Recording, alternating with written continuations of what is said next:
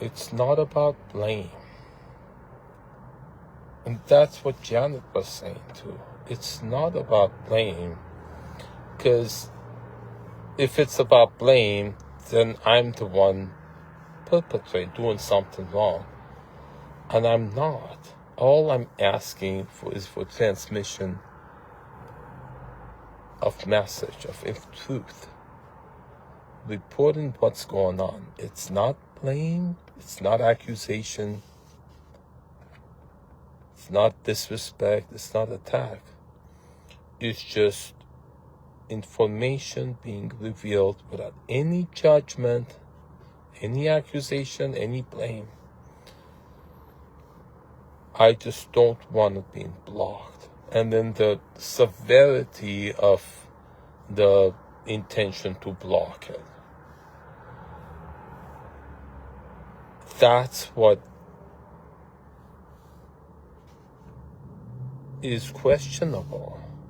The fact that threats of legal action are used to block the revelation of truth publicly. It's just information, it's the truth, it wants to be revealed.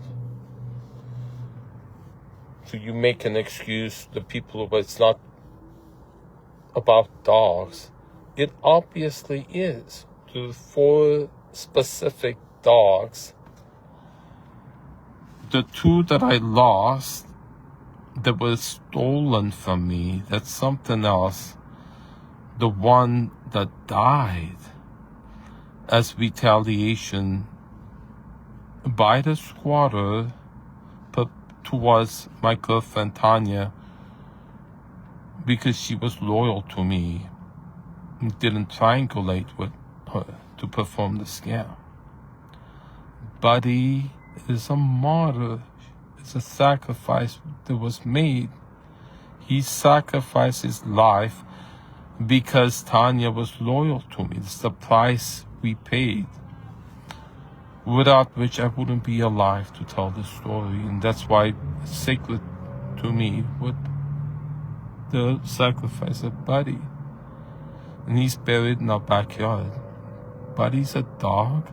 This concerns dogs. It's Tanya's dog. She had him for 10 years. It's the truth, and it's on video. There's no special effects used on my videos. It's what it is. You see it and you believe it. That's why I video it. And then there's Bubba. We bought Bubba when he was a puppy, and I paid for all the medical needs of Bubba, the emergencies. It's shots. And Bubba was being abused, was used as a prop. So many different ways. She was using as an excuse why she can't leave. She's got Bubba, big, huge pit bull. Nobody would take her in. So one, she was using an excuse why she can't leave. And I have tons of videos she's talking, using that excuse.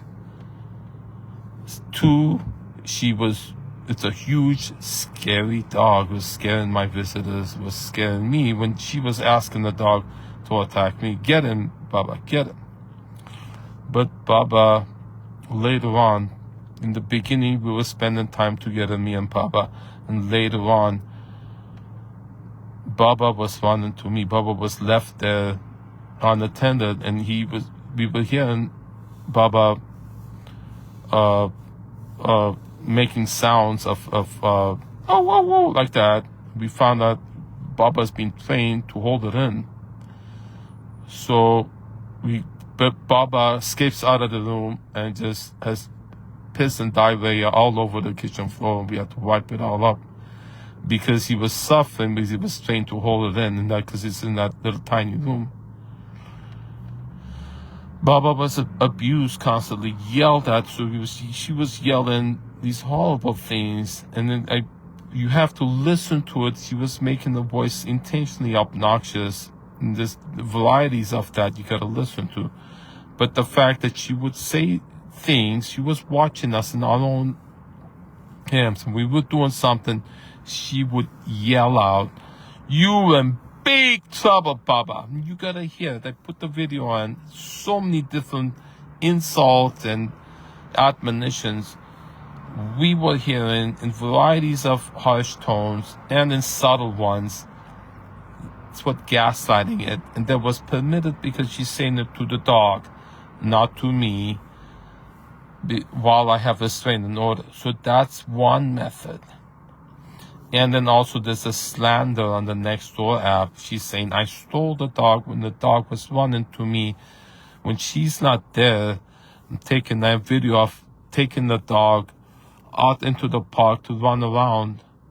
They could do that Sepulveda Basin dog park to run around, socialize, and run around in a Woodley Park because that's what the dog needs, and all of us getting stained in that little tiny stinky room filled with still stinks of fentanyl. I don't know where it is, but somewhere there's a source of the smell of the fentanyl, and you have to find what the source of it is. It's coming from somewhere. Where do you clean it? Where is it? So you got to find out. And cops were, when I brought it up into eviction, I brought it out, the cops were complaining because they say the smell of it. They were forcing me to have her in the house. They were saying the drug dealers and prostitution clients would come and they say, if you don't let her bring her visitors, we can arrest you. Do you understand? So many the dog was being physically, verbally abused. Constantly. Dog hated going in there, and she would throw in a piece of meat or something in the window to make it go inside. She would force the dog to go in there. And then there's that slander on the thing saying I stole the dog. I broke the door with an axe and stole it. So it does have to do with dogs. And then, so that excuse doesn't hold water, that this stuff doesn't belong in the dog park, because dog park only for dogs.